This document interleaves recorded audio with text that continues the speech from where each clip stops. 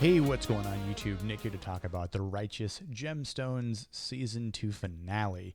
There will be spoilers, and if you're new here and you want to hit that subscribe button, hit that thumbs up, turn on the little bell for notifications, help support me in this channel, I would greatly appreciate it. So, I want to dive into this finale, discuss what I liked about it, and why I thought it was fantastic. Right off the bat, I'm going to say it's probably at least a 9 out of 10 in my book. It literally covered its tracks throughout the entire season, maybe 9.5. I think in terms of a finale that wraps everything up, kind of gives us like a big hurrah at the end. And of course, we know that there's a season 3 coming. It was announced last month that this comedy will be returning along with Danny McBride, because of what we see, that Zion's Landing now becomes the Gemstones. So again, it's really well done overall. Great season.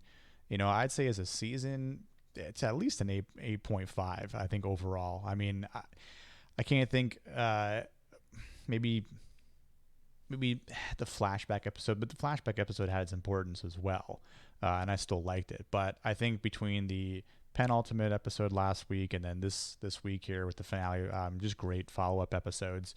And we got Macaulay Culkin again in the audience, so I was wondering if he was going to come back, and sure enough, he was there. And I thought the little nod was sort of like maybe an homage, like, and it was probably just a pure coincidence, and this sort of thing happens all the time with nods and a father seeing a son sort of thing. But in Home Alone, on Christmas Day, when Kevin McAllister looks out the window and sees the old man next door, his name escapes me, but he kind of like sees him and waves his hand and like kind of nods to him.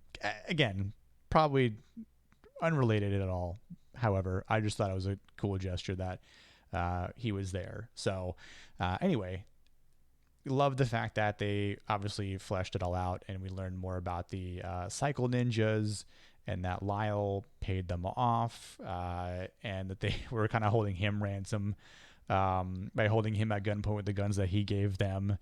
And which, ironically, and maybe it's a bit poetic, how they're the ones that, well, they don't kill him per se. They kill his wife, which was hilarious. Not the fact that she died, but the fact that they were watching a movie from 1990 called Young Guns 2, that starred Kiefer Sutherland and Emilio Estevez and a slew of other like popular actors at that time. And Christian Slater was also in it. And they, at the end of the movie, right, they die.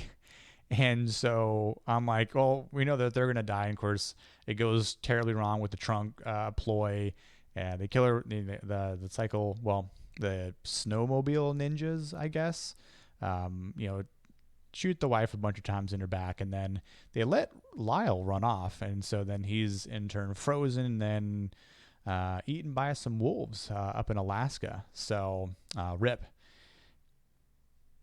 But overall, they tied up the loose ends. They finished that storyline out. So well done there.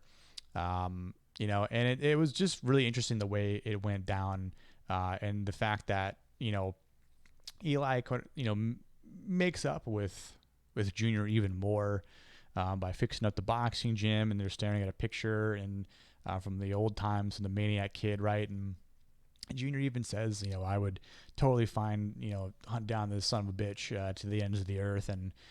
And Eli gives the righteous perspective. And but Eli's human, and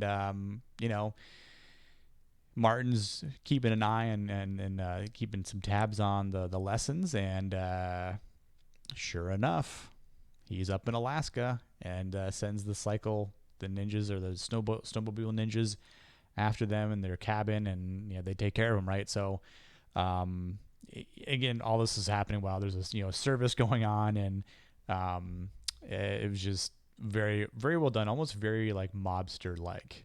And look, John Goodman, he pulled that role off really, really well. So I mean, he's just a great actor, right? But all in all, you enjoy the fact that uh, there was just this continuous humor even in the finale, in spite of how things were just uncovered, right? When like BJ getting shot in the leg and then just blood just squirting out, and I mean Lyle's got this giant knot on his head, looks totally like looked real, but it just grows at the same time.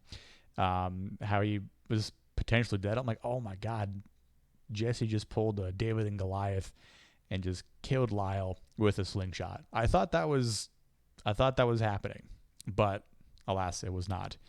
Um, Still pretty hilarious. Like again, wasn't expecting a time jump. Of course, we knew that they were going to get away in that moment, but they didn't in the end. So overall, again, I think just the way the character development, has gone on through, Jesse, and even Judy, how she's, matured a little bit more. And of course, we got baby Billy coming back and telling Tiff what he went through, and he doesn't really give the whole details. Of course, we know, but that he's here to stay, and he admits that the broken nose that he has was rightfully deserved, and he has a toilet baby now. Yes, he has a toilet baby. God, that was hilarious. The entire time he's just pulling up this baby from the toilet. It's got that blue water on it. It's gross as shit. Oh man, it's freaking hilarious.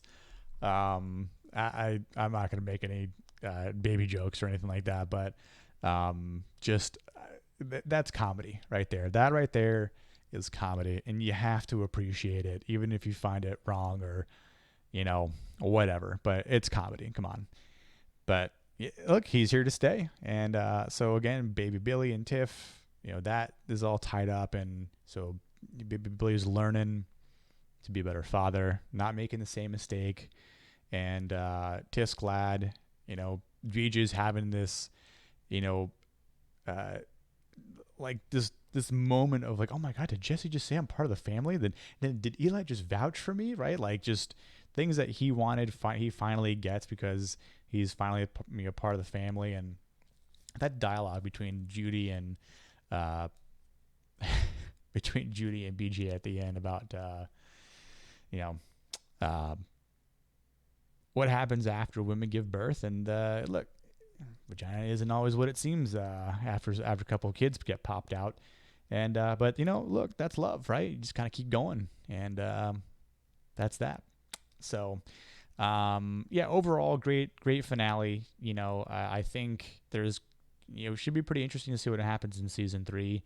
I have no idea where the story is going to go and where it's going to take it, but it might be hard to top this season, because I definitely think season 2 is better than season 1, but I think in some cases they've got a great writing team. Dana McBride is hilarious, so maybe there's more that comes along, obviously with the family itself, but maybe with Jesse's youngest son gets a little bit more popular. Could be some issues there potentially. Who knows? But I'd like to see what all you viewers out there thought about the season finale and the season as a whole. What would you guys score it? Did you like it? Were there parts that you didn't like about it? I mean, for the length of the episode that it was, I thought they did a great job. Adding in the parts. So it was a great story that was told overall, especially in the beginning. We get to see the full details, right, of what happened earlier on in the season when the Gemstones, right, the siblings, they go to Nathaniel's, the reporter's Airbnb and find him dead, and there's a car with that was blown up, and like there's bodies, right? Like, what happened? Well, now we know exactly what happened. Flashbang, concussive grenade goes off in a car. The grenade gets dropped, blows 2 people up in a tree, and one, off at the limb. The other 2, might have gotten caught, so Lyle also lights them on fire, as well as the house and the dead bodies. And poor Daniel, cast iron skillet, just ricocheted that bullet right into him and killed him. And that's that. So again, they covered all the points, so it was great. Great job. Very well done season all in all. So again, leave your comments in the comment section below, and we'll talk in season 3. Until then, I'll see you in the next video. Cheers.